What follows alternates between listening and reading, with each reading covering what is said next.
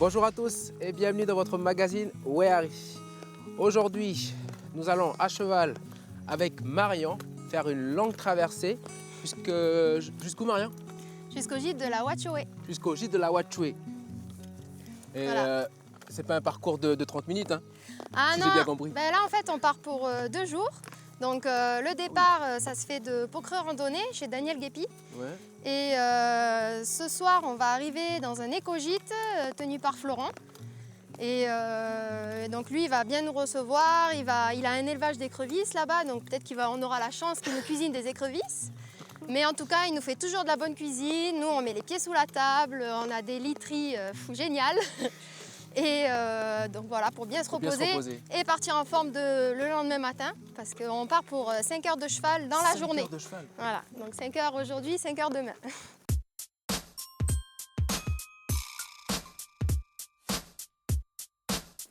Là, on arrive à la forêt de Niaouli. Donc on va rentrer là sur notre gauche. Déjà, tu vas avoir une bonne première approche avec ton cheval dans le sens où tu vas devoir bien la diriger. Si tu sors de là en vie, bah, t'es un caïd. Arrivé. C'est parti.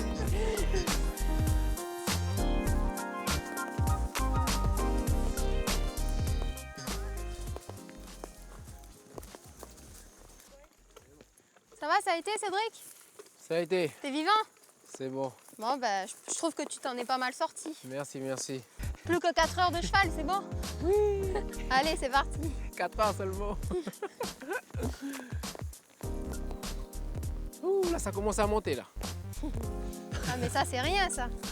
Ah. C'est une petite mise en bouche par rapport à cet après-midi.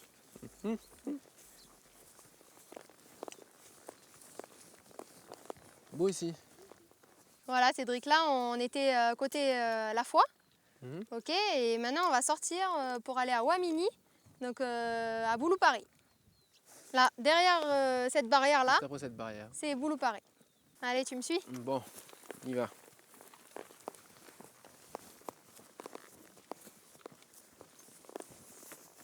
Et voilà, on y est. Boulouparé. Nous voilà. On est à Boulouparé. Allez, allez, mon cheval, il veut pas. Il veut rester à la fois. Allez. Oh, oh. Allez, révélation. Voilà lui. Allez, révélation. C'est beau. Là, plus haut, on va avoir un joli petit point de vue sur la Ouamini, sur l'ensemble de la Ouamini côté rivière. D'accord.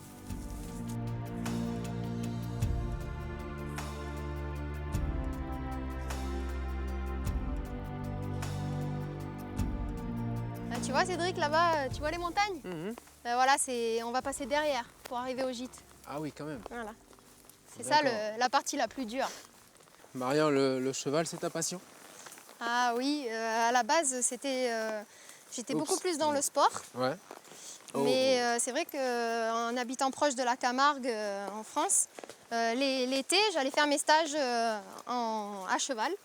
Ouais. Et je ne sais pas pourquoi, mais pendant mon année de fac de sport, je me suis acheté un cheval sur un coup de tête. Et là j'avoue que le cheval, c'est devenu ma passion. J'ai appris à mieux les connaître et de là, j'ai eu envie de faire un métier dans les chevaux. Je suis devenue maréchal ferrant. Maréchal ferrant. Voilà, j'ai suivi une formation d'1 an à Marseille. Ouais. Et je suis venue m'installer en Calédonie assez rapidement après avoir eu mon diplôme. Et c'est vrai qu'ici, j'ai pu vraiment m'épanouir dans le milieu des chevaux. Des chevaux. Ouais. Avec ce métier? Avec ce métier, et oui, grâce à ce métier. Et du coup, j'ai pu découvrir plein de choses autour du cheval, comme les rentrées de bétail, les balades à cheval, l'entraînement des chevaux de course. Voilà. Ok. Alors pour en savoir plus sur le métier que fait Marian, je vous propose de regarder ce petit reportage. On l'a suivi de près. Regardez.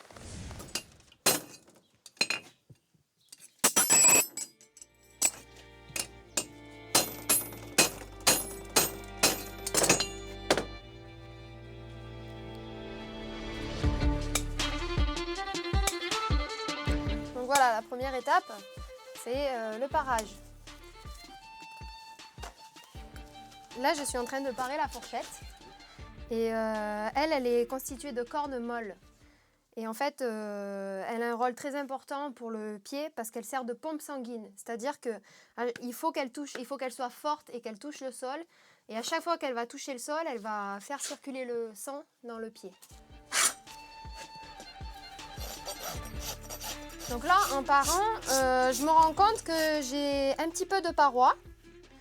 Ce qui va me permettre de brocher assez facilement. Brocher, c'est mettre les clous dans le pied pour que le fer y tienne. Voilà. Donc, chez certains chevaux, il n'y a vraiment pas beaucoup de parois. Et c'est là que ça devient difficile et un petit peu dangereux certaines fois. Parce que si on est trop proche de la partie vivante du pied, on peut piquer le cheval. Et là, je fais ce qu'on appelle un bordage. Voilà. Il faut faire attention de ne pas border trop le pied parce que ça enlève un petit peu de paroi, le fait de border. Donc maintenant, je vais ajuster le fer, c'est-à-dire tourner le fer à la forme du sabot du cheval. Voilà. Donc j'y ai choisi des petits fers en taille numéro 3. Je prends ma tenaille et mon marteau de forge.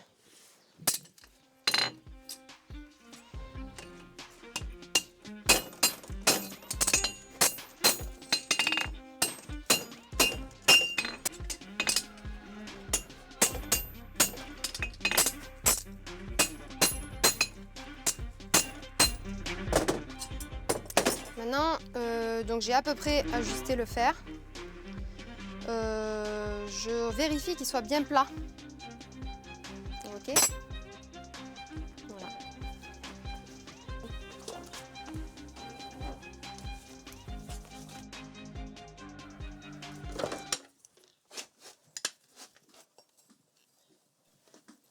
Et c'est parti.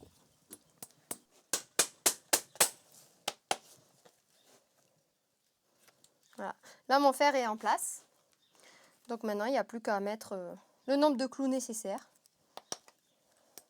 Pour moi, le moins possible, parce que pour ne pas fragiliser le pied, toujours pareil. Ça reste quand même pas naturel. Hein.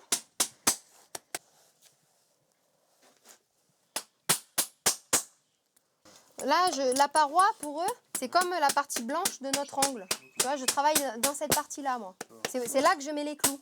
Donc ça ne peut pas leur faire mal si je reste dans la partie blanche de notre ongle, en fait, tu vois. Donc voilà, là, le but, c'est que les clous, les pointes de clous soient toutes alignées à une certaine hauteur sur la boîte cornée. Voilà, pour que ce soit solide.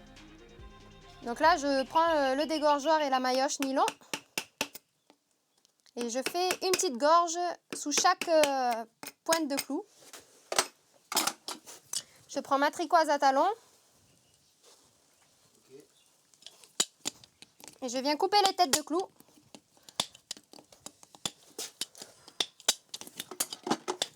Je prends ma pince crocodile pour faire les rivets. C'est ce qui va permettre au fer de réellement tenir sur le sabot. Voilà. C'est fini. C'est propre. C'est joli et ça tiendra. Rapide, efficace. Donc voilà, ben là le fer il est posé sur l'antérieur droit. Et ça permet au cheval d'avoir un sabot en bonne santé et d'avoir un pied fort. Et donc au cavalier de profiter pleinement de sa monture. Là Cédric, alors là tu vois un peu le style de montée qu'on va faire pendant une demi-heure, trois quarts d'heure. Ben voilà, ça va être ça quoi.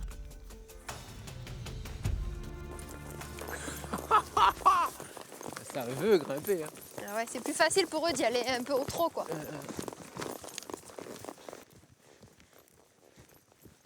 Là tu vas voir, on arrive à the méga point de vue. Là, Wow. là-bas.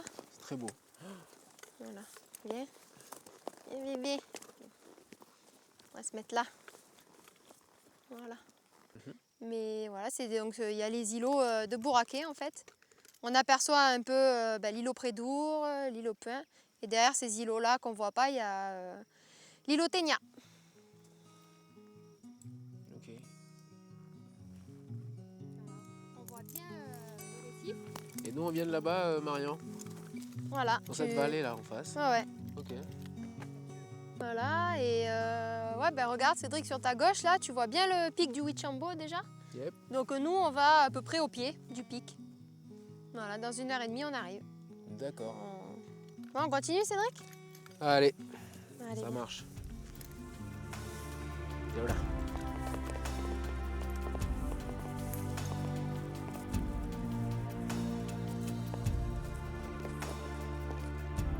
Ah ben là, tu vois Cédric, il y a aussi une jolie vue sur les îlots de Bouraké. Voilà. Et pour les chevaux, c'est pas trop dur? Si, ça fait quand même partie des parcours assez difficiles, hein, même pour un cheval. Donc voilà, on va préférer des chevaux assez jeunes et en bonne santé. Et voilà, il faut veiller à lui faire quelques pauses, le faire boire à la rivière, voilà, comme on a fait, ou au passage de crique, le plus possible, quoi. Tu vois là, on aperçoit enfin le gîte. Déjà, on le voit. On est sur la bonne route, c'est bon. Ça. C'est bon signe.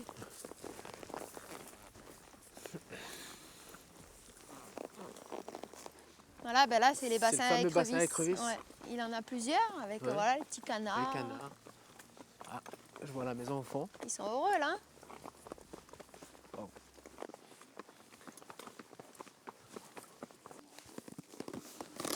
Yes.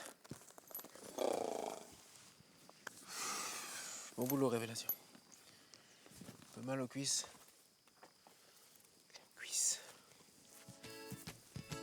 C'est belle cette maison. Elle a mis combien de temps du coup? 5 heures? Vous avez mis combien de temps? C'est plutôt 6 heures, ouais. Plutôt 6 6 heures. Ah oui, mais avec les points de vue. Il fallait bien s'arrêter pour admirer le paysage.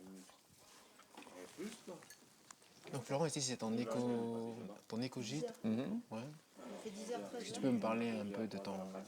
Dire pourquoi tu l'as fait aussi loin, si reculé? 13h, 14h17. Alors en fait, c'est le terrain qui a arrivé d'abord, quoi, si tu veux.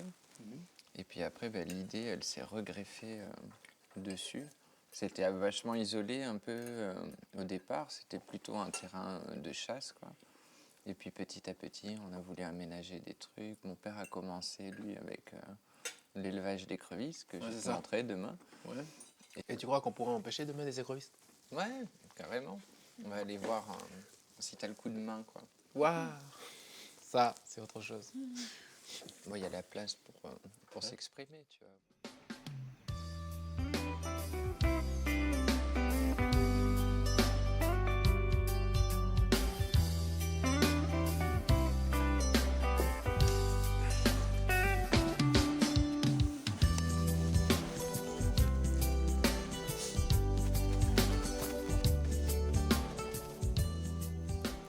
Oui. Salut Cédric, Bonjour Florent. bien dormi? Ah, ça m'a fait du bien. Ah, bien dormi. Petit café? Oui, je veux bien. Un petit café. C'est du bien, bon café le matin comme ça. Yep. Dis-moi Florent, elle est bien grande ta maison quand même. Bah, il faut, on accueille quand même pas mal de monde, quoi, Ouais. des fois. Tu penses qu'on peut s'approcher des poteaux pour Ouais. regarder de plus près un peu? Alors Puisse ça, me parler de cette maison. Donc là, c'est quoi comme bois? c'est du niaouli, enfin, on a mélangé avec toutes les essences de bois qu'on pouvait trouver sur le terrain qui étaient communes. Ouais. Du coup, l'idée, c'était de tailler les espèces communes et puis à la place de planter des espèces rares pour revégétaliser des zones. Du coup, les gros poteaux, c'est du niaouli. Puis tu as aussi du bois de fer, qu'on on reconnaît un peu, les stries, c'est un peu différent. L'idée de la maison, c'était aussi de ne pas terrasser. Ici, c'était juste une clairière. On a juste fait les trous pour les poteaux. Il n'y a pas de coup de bulldozer ou je ne sais pas quoi. Et je veux que tu as fait de grandes ouvertures, laisser entrer la lumière. Après, c'est surtout pour la ventilation. L'idée, après, des constructions, ce qu'on appelle les constructions bioclimatiques. tu vois, Bioclimatique. C'est où tu essayes de concevoir la maison pour que la ventilation, ça assure la climatisation, que ça, tu vois, le fait qu'elle soit sur pilotis, ça assèche, tu vois, aussi le bas, tu n'as pas de remontée d'humidité. Le fait que ce soit ventilé comme ça évite qu'il fasse toujours chaud. Tu choisis, ça va être sur l'orientation de ta maison pour pouvoir, par exemple, produire de l'énergie solaire. Vu qu'on était trop loin du réseau, déjà c'était par nécessité, on devait produire notre électricité. Puis on a essayé de faire la même pour l'eau, puis qu'on n'a aucun réseau, on est hors tout réseau, quoi. Donc on a fait un captage sur la rivière assez en hauteur pour pouvoir faire tout en gravitaire, pour qu'il n'y ait pas d'énergie dépensée pour la capture d'eau. Après, elle est juste filtrée avant qu'on puisse s'en servir. Et puis après, on essaye dans la maison de limiter la consommation en eau et puis surtout les impacts qu'on peut avoir dessus. Par exemple, on utilise des toilettes sèches qui, du coup, comme son nom l'indique, il n'y a pas d'eau, quoi. C'est des toilettes, ils appellent ça des toilettes à compost aussi, où tu as plein de noms différents. Et ça évite de polluer l'eau justement avec des bactéries, etc. Tout ce qu'on utilise comme eau finalement, c'est pour la vaisselle, les douches, les machines à laver. Du coup, on choisit des produits qui se dégradent très vite. Et après, on fait juste une préfiltration de l'eau, des eaux usées pour pouvoir les utiliser après en irrigation. D'accord. Donc le peu d'eau qu'on utilise, vu que t'enlèves toutes les toilettes, le peu d'eau qui reste, qui est utilisé, ça part directement en irrigation dans le jardin. Le jardin, il est où ce jardin? Le jardin, il est juste derrière. On va aller faire un tour, je te montrer.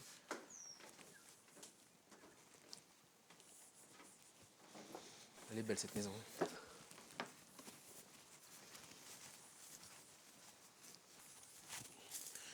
Yes. Et voilà le jardin. Il est beau le jardin. Hein. C'est un peu le bazar. Il paraît qu'il faut 10 ans pour faire un bon jardin. Ouais. Les eaux usées, elles arrivent là. Donc c'est tout bêtement un bac à graisse. Ça va nous permettre justement d'enlever toutes les matières grasses qui sont en suspension dans l'eau et puis les grosses particules. C'est beau, t'as du taro, des bananiers, je vois que t'as des chouchoutes. Des papayers. Voilà ce que ça donne les toilettes sèches. Ça, c'est les toilettes sèches. Mais ce qu'on fait, c'est tu vois, les toilettes sèches, c'est avec de la sueur de bois ou des feuilles, n'importe quoi, tu réutilises ça. Tu remets en tas, tu mélanges avec les déchets de cuisine, les déchets verts, tu vois, tout simplement. Quand on élague des arbres, on enlève des feuilles, on enlève n'importe quoi, on met tout en tas au même endroit. Et quand on estime que le tas il est assez haut, on change d'endroit. Et à ce moment-là, on commence à compter et on fait composter pendant 1 an et demi. Là tu vois, ça c'est le résultat de ce compostage au bout d'1 an à peu près. Ça donne du terreau que tu achèterais en magasin, quoi. Puis là, voilà le compost au bout de 6 mois, ce que ça donne, tu vois. Et après, dans 6 mois, on pourra l'utiliser après sur les plantations d'arbres fruitiers. Et puis après, là, dans le jardin, on cultive des trucs pour le gîte. Tout ce qu'on a mangé hier soir, ça vient du jardin. Ça vient du jardin. C'est des courges comme ça. On a des courgettes, on a des papayes, etc. Les légumes, grâce un peu aussi aux abeilles, qui aident à polliniser un peu aussi. Tout. Tu vois, plus tu as d'abeilles, plus tu vas avoir de fruits. Quoi. Et grâce à il y a Patrick, un apiculteur qui s'est installé dans le coin, qui a une vingtaine de ruches en station à un endroit, et puis d'autres, il a 2 spots comme ça avec des ruches. Et du coup, tu as des milliers d'abeilles dans la vallée. Donc ça aide à polliniser. Ça nous fait des tonnes de fruits. Florent vient de dire que les abeilles apportent un plus à ce jardin.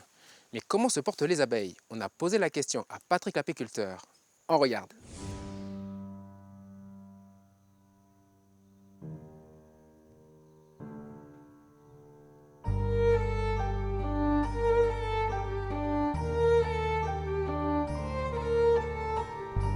Ça, c'est une ruche qui a été amenée il y a environ 1 mois et demi, 2 mois, Hein, la colonie qui est ici, elle tenait juste sur 3 ou 4 cadres. Hein, donc elle était extrêmement faible. Elle avait ce qu'on appelle du couvain calcifié. Alors c'est un champignon qui attaque les larves, qui les dessèche. Les larves vont dessécher, être blanches et noires. Et ça, c'est la preuve qu'il n'y a plus assez de pollen dans des endroits trop pauvres. Donc elle est arrivée malade. Donc j'ai mis cette ruche ici. Et tous les 15 jours, quand je venais, eh bien, il fallait à tous les coups que je rajoute un cadre parce que là, elle s'est soignée. Il n'y avait plus ces momies blanches, donc c'est cette maladie. La maladie est partie, elle s'est soignée. Et ensuite, elle a commencé son développement très rapide pour aujourd'hui tenir sur 10 cadres. Et après, nous avoir rempli ici toute cette partie de miel. D'accord ? Chose qu'elle est dans un endroit défavorable où on n'aurait pas cette variété au niveau des plantes, cet endémisme et surtout toute cette variété et cette richesse. Eh bien, cette ruche aurait pu végéter des mois et des mois, voire finir par mourir, puisqu'elle aurait été trop faible après pour pouvoir réussir à passer l'hiver où il y a une accalmie dans les floraisons.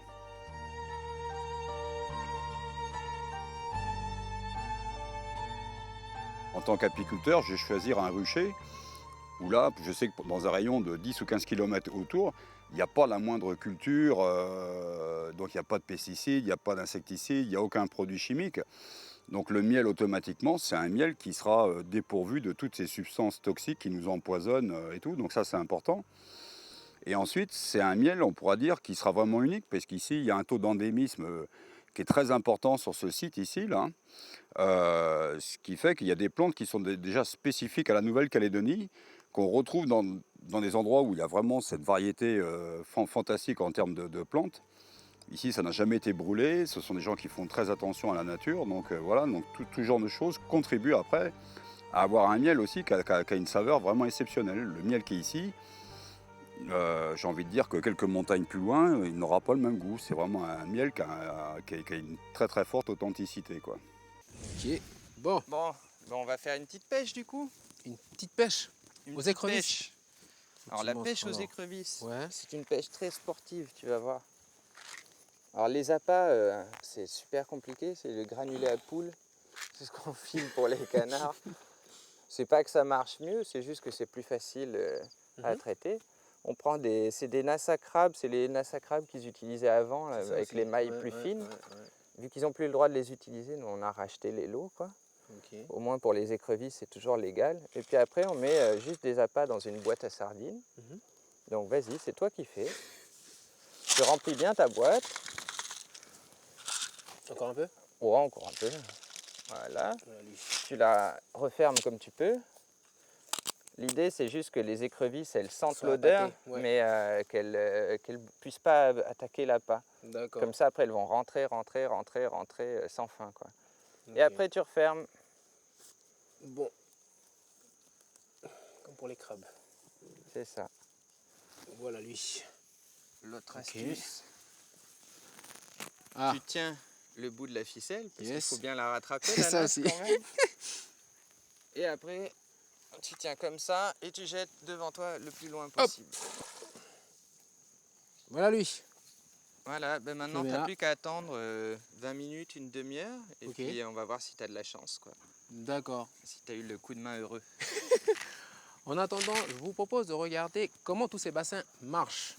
Et on se rejoint juste après pour savoir s'il y a des écrevisses, bien sûr. Allez, à tout de suite.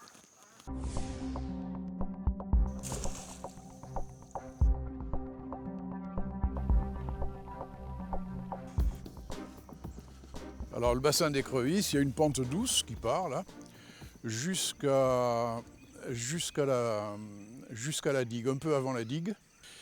Hein, il y a une vallée là qui était fermée avant, enfin, et où il y avait c'était un peu marécageux.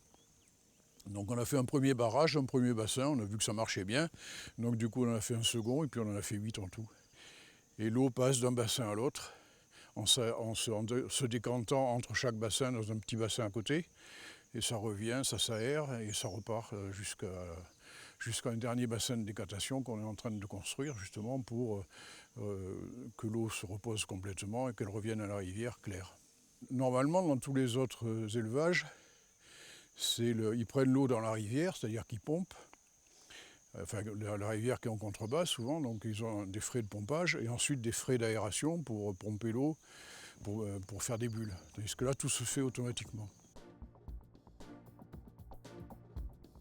Comment elles respirent, les écrevisses? Pour ça, il faut qu'il y ait de l'oxygène dans l'eau.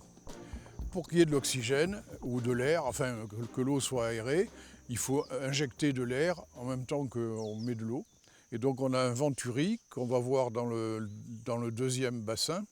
Le petit tuyau noir qui dépasse, c'est la prise d'air. Et le tuyau noir qui part du bord vers là-bas, c'est l'arrivée d'eau. Et ça crée un courant dans le bassin qui fait que l'eau est oxygénée et renouvelée en permanence. Pas très fort parce que c'est des écrevisses qui aiment bien les marées quand même. Donc il ne faut pas une eau trop oxygénée. Si l'eau n'est pas bien oxygénée, elles prennent des couleurs ternes, elles s'enfoncent dans la boue, on n'arrive pas à les pêcher et elles ne se reproduisent pas. Pour vérifier qu'elles sont en bonne santé, je mets des nasses et je les pêche. Voilà. Et comme ça, je vois si elles viennent dans la nasse. Alors en hiver, par contre, on est toujours très inquiet parce qu'elles se mettent dans la boue et elles ne bougent plus. Donc on croit qu'elles sont mortes, qu'elles sont malades, etc. Et en général, au mois de novembre, elles se réveillent et puis elles sont toutes là. On L'heure va du voir, résultat. c'est ça, si la pêche était bonne. Ah oui, Yeah. Vite, il y en a une qui s'échappe. C'est bon là. oh, c'est bon ça. Ça oui, on a des belles. Et ça pèse fort? Oui, ça pince très très fort. Il ne faut pas laisser traîner tes doigts. Ok. Ça tranche. Et voilà ta pêche. Yes. Alors, Tu vois, c'est... Là, on voit un petit mâle, façon de parler, quoi. ouais. Les mâles, on les voit aux liserés rouges, là, sur les D'accord. pinces. Mhm. C'est le nom de l'espèce, c'est des red claws. C'est des pinces rouges, ça veut dire. Ça vient Ok. d'Australie. Et voilà, c'est ça qui est élevé en Calédonie depuis quelques dizaines d'années, quoi. Ah ben, elles sont très belles. Hein. Ben, merci beaucoup Florent pour ce bon petit moment passé ici et puis pour ce coup de pêche. Wow. Bah, t'as assuré ton coup de pêche aussi, ça va? C'est T'as ça chopé aussi. des biens d'ailes, quoi. Ouais. Bon, bah, en tout cas, t'es le bienvenu quand tu veux au gîte. On va essayer d'en rechoper d'autres, des plus grosses que ça encore. Le concours est toujours ouvert, quoi. Olé. Il y a des records à battre. C'est ça aussi. Voilà, c'est sur ce bon petit coup de pêche que termine votre magazine. Je remercie bien sûr tous ceux qui nous ont aidés à préparer cette émission. Et pour nous, on se rejoint bientôt pour une prochaine aventure. Allez, tata! Tata!